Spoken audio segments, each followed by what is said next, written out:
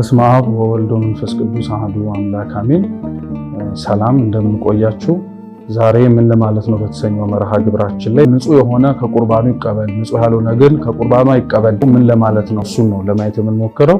እግዚአብሔር አምላክ ከሁላችን ጋር ይሁን። በቤተክርስቲያናችን የሥርዓተ ቅዳሴ ጸሎት ላይ እንግዲህ ጸሎቱ ለሶስት ይከፈላል። የመጀመሪያው ግብአተ መንጦላይት ይባላል። ሁለተኛው የንባብ ክፍል፣ ሶስተኛው ፍሬ ቅዳሴ ይባላል።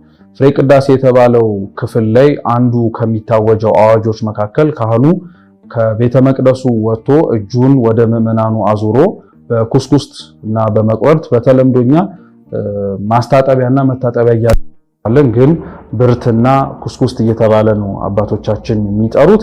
በዛ እየተናጻ ወይም ደግሞ በእኛ በተለመደው ቋንቋ እየታጠበ እንላለን፣ ግን እየተናጻ ነው የሚባለው። ምን ብሎ ይናገራል? ንጹህ የሆነ ከቁርባኑ ይቀበል፣ ንጹህ ያልሆነ ግን ከቁርባኑ አይቀበል።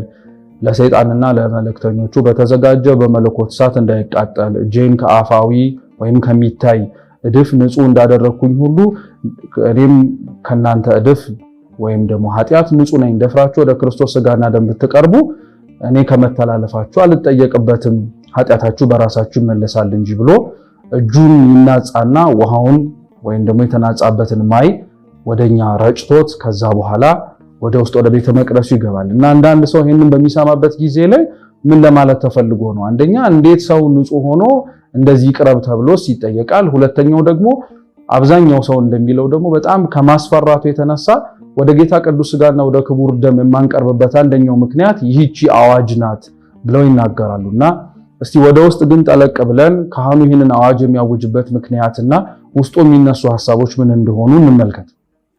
የመጀመሪያው ካህኑ ይህንን ድርጊት የሚያደርገው ለምንድን ነው ብለን እንጠይቃለን። እውነት ሰውን ለማስፈራራት ነው ስንል እንዳልሆነ መቼም እርግጥ ነው። ሥርዓተ ቅዳሴያችን በቤተክርስቲያናችን የሚደረገው ታላቁ ጸሎት ማለት ነው የጌታችን የመድኃኒታችን ኢየሱስ ክርስቶስ ከጽንሰት እስከ መጨረሻው እስከ ዕርገት ድረስ ያለውን የማዳኑን ነገር የምናስታውስበት እንዲሁም ደግሞ አማናዊ የሆነውን የጌታችን ኢየሱስ ክርስቶስን ቅዱስ ሥጋና ክቡር ደም የምንቀበልበት ታላቅ የሆነ ጸሎት ነው። ስለዚህ በዚህ ጸሎት ላይ እያንዳንዱ የሚደረጉት እንቅስቃሴዎች በሙሉ አምላክ ሰው ከሆነ በኋላ በፊት የሚደረጉና በነገረ ድነት ውስጥ ያሉ ትላልቅ ሁኔታዎችን የምናስታውስባቸውም ጭምር ናቸው።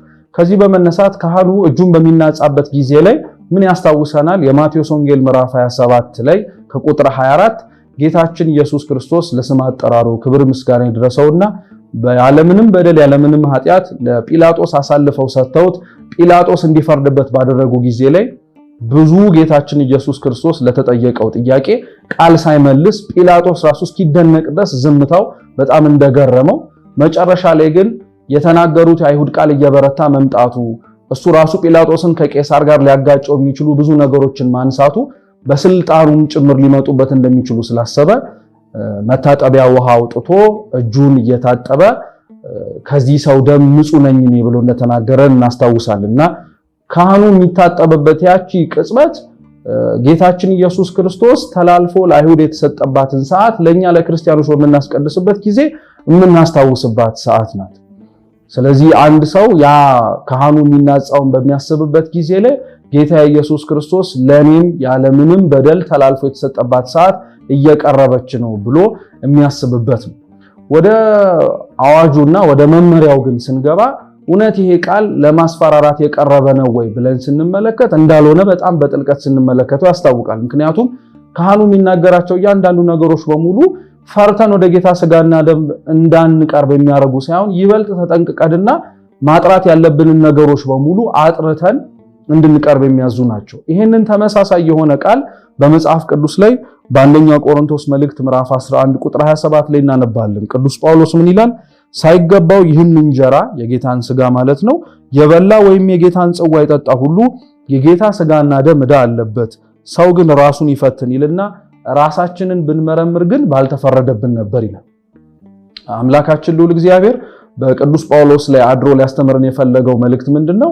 ሰው ወደ ጌታ ሥጋና ደም ሲቀርብ የሚጠበቅበት እንደ ድፍረት እንዳይወሰድበት ነጽቶ የሚመጣበት መንገድ ንስሐ ነው። ስለዚህ ካህኑ እጁን እየተናጻ የሚያውጀው አዋጅ ንስሐ ሳይገባ የበደለውን ሳይከስ ያጠፋውን ሳይመልስ ከሱ የሚጠበቅበትን ነገር በሙሉ ሳያደርግና ሳይፈጽም የቀረበ ሰው ቢኖር በሙሉ እንደ ምድራዊ እንደምትበሉት እንጀራ ሳይሆን ከበላችሁ ከጠጣችሁት በኋላ ሊያስጠይቃችሁ የሚችል የአምላክ ሥጋና ደም ይላል ቅዱስ ጳውሎስ። እንዲያውም በዚህ አሁን ባነበብነው መልእክቱ ላይ ብዙዎች አባቶቻችን እንዳንቀላፉ ይናገራል። እነዚህ አንቀላፉት አባቶች ተብለው የሚጠቀሱት ፍርድ እንዳለበት ሳያውቁ የጌታን ሥጋና ደም የተቀበሉ ሰዎችን ጭምር የሚደርስባቸውንም ጭምር በደል ወይንም ደግሞ ፍርድም ጭምር የሚያሳይ ነውና ይሄ ንግግር ከድርጊቱ ስንመለከተው ወይም ከጽንሱ ከሐሳቡ ጋር ተመልሰን ስናስተያየው ለማስፈራራት የሚጠቀስ ሳይሆን ጥንቃቄ ይበልጥ እንድናረግና የምንፈጽመውን ንስሐም ፍጹም ስርየት የምናገኝበት ይሆን ዘንድ ምንም አምላካችንን ሳንደብቅ ለምክረ ካህን እንድናዘዝ የሚያደርገን ነው ማለት ነው። ቅዱስ ዮሐንስ አፈወርቅ ደግሞ በጣም ውብ በሆነ አማርኛ በድርሳኑ ላይ አንቀጽ 7 ላይ ወይም ድርሳን 7 ላይ እንዲህ ብሎ ይናገራል። ወደ ጸጋው ዙፋን መቅረብ እንዴት ይቻለኛል ትለኝ እንደሆነ የጸጋው ዙፋን የፍርድ ዙፋን አይደለም ብዬ መልስልሃለሁ። ስለዚህ የምንፈልገውን ስርየተ ኃጢአትና ይቅርታ እናገኝ ዘንድ እንቅረብ፣ ከሰማያዊ ንጉሥ የሚሰጥ ሀብት ነውና ምህረት ማድረግ ከሰማያዊ ንጉሥ ዘንድ ነውና እያለ ይናገራል። እውነት የቅዱስ ዮሐንስ አፈወርቅ ረድኤት በረከቱ ይድረሰን ለሁላችንም። ይህንን ቃል ደግሞ ስንሰማው እየቀረብን ያለነው ወደ ፍርድ ወንበር ሳይሆን ምህረትና ይቅርታን የምናገኝበት ፍጹም ስርየተ ኃጢአት የምናገኝበት ቦታ ነውና ሊቃውንት ሲናገሩ ምን ይላሉ? ዛሬ እግዚአብሔር ፊት ራሳችንን ማቅረብ ይህንን ምክንያት አድርገን ካፈርንና ከተሳቀቅን ወደፊት አፍረን ተሳቀል ላናርፍባትና ልናልፋት የማንችልባት ዳግም ምጽአት ስትመጣ ፈርቼን የሸሸው ልንል ነው። በተነጋገሩትና ባሉት አዋጅ ምክንያት ተጸጽቼን የቀረውት ልንል ነው። ይሄ የማይሰራ ነገር ነው። በመሰረቱ ይህ ያስፈራናል ብለን የምናስብ ሰዎች ወደ ቅዳሴው ይበልጥ በተጠጋን ቁጥር ማለትም የጌታን ሥጋና ደም ወደ መቀበል ወደ እግዚኦታው ስንቀርብ ካህኑ ቅዱሳት ለቅዱሳን ሲል እናገኘዋለን። የተመረጡ የተለዩ ልዩ የሆኑ የበቁ ብቻ ይቀርቡ ተብላ የምትቀርብ መመሪያ ናት።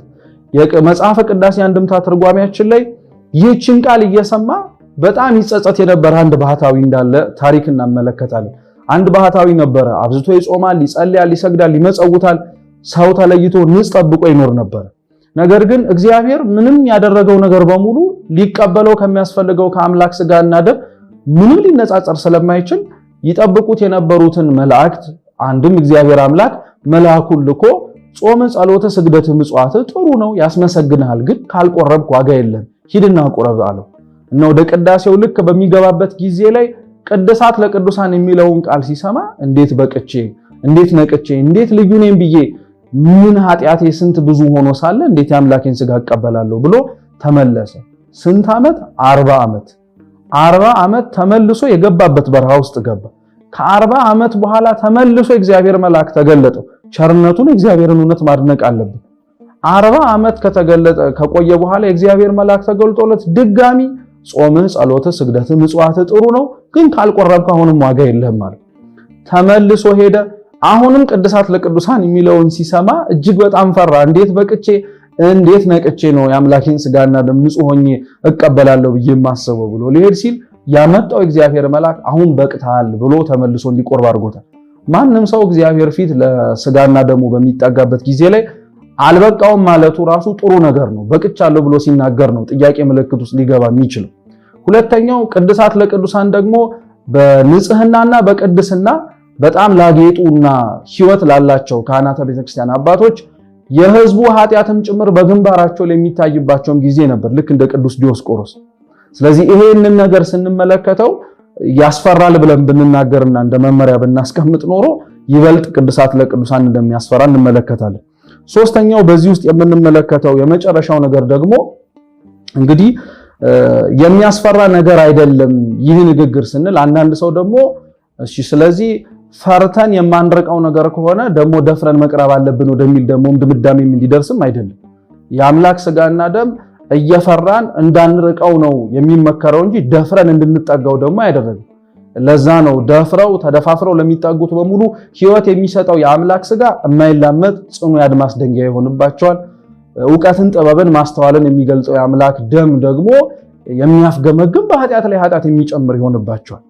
ስለዚህ ፍቅርና ፍርሃትስ እንዴት ነው ታዲያ አድርገው አንድ ላይ ተሳስረው የሚሄዱት የምንለውን እሷን መመልከት ግድ ይለናል። አንደኛ ዮሐንስ መልእክት ምዕራፍ 4 ቁጥር 18 ላይ ቅዱስ ዮሐንስ ወንጌላዊ እንዲህ ይላል፣ ፍጹም ፍቅር ፍርሃትን አውጥቶ ይጥላል እንጂ በፍቅር ፍርሃት የለውም። ፍርሃት ቅጣት አለውና የሚፈራም ሰው ፍቅሩ ፍጹም አይደለም ይላል። ስለ ቃሉ አምላካችን ስም የተመሰገነ ይሁን። አንዳንድ ሰው ይህንን ጥቅስ ሲመለከተው ፍቅርና ፍርሃት አብረው የሚሄዱ ነገሮች አይመስለውም። ወይም ደግሞ እግዚአብሔርን የሚፈራ ከሆነ የማይወደው የሚወደው ደግሞ ከሆነ የማይፈራው መሆን አለበትም ወደ ማለት ድምዳሜም ደግሞ የሚያደርሰው ሰው አለ።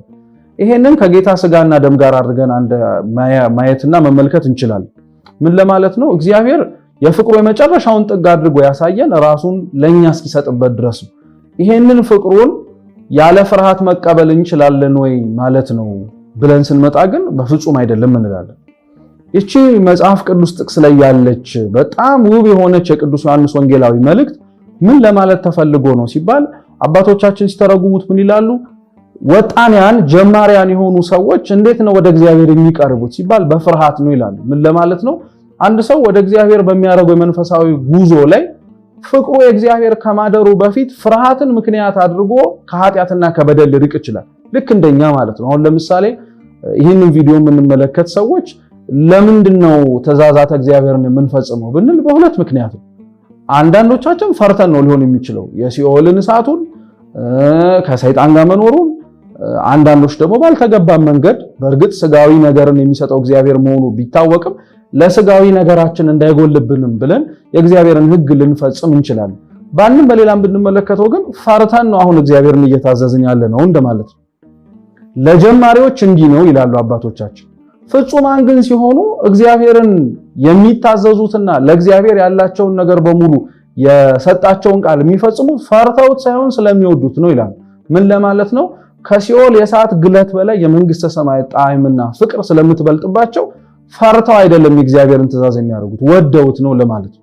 ስለዚህ አንድ ሰው ወደ እግዚአብሔር ይበልጥ እየተጠጋ ሲመጣ የአምላክን ስጋና ደም ለመቀበል ይህችን መመሪያ ሲሰማ ፈሪ ሆኖ ቢቀርብ አይወቀስም። ፈርቶ ቢያንስ ለጊዜው ጀማሪ ነውና ከኃጢአት ከነውር ይከለከላል። እያደገ ግን ሲመጣ ወደ ፍጹምነት ደረጃ በህይወትም በቅድስናም እያደገ ሲመጣ በፍጹም ፍቅሩ በአምላኩ በመማረኩ ምክንያት የሲኦልን እሳት እያየ እየተመለከተና እየፈራ ሳይሆን የሚታዘዘው እግዚአብሔርን ፍጹም ፍቅሩን በማሰብ።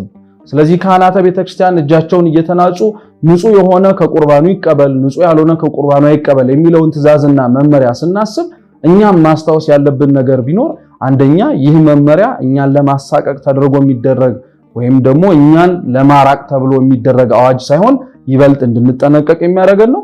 ሁለተኛው ፍርሃታችን ውስጥ ፍቅር አይኑር ለማለት ሳይሆን ፍርሃታችን ጀምሮ ወደ ፍቅር እንዲያደርሰንም ጭምር መሞከር አለብን ለማለት ነው።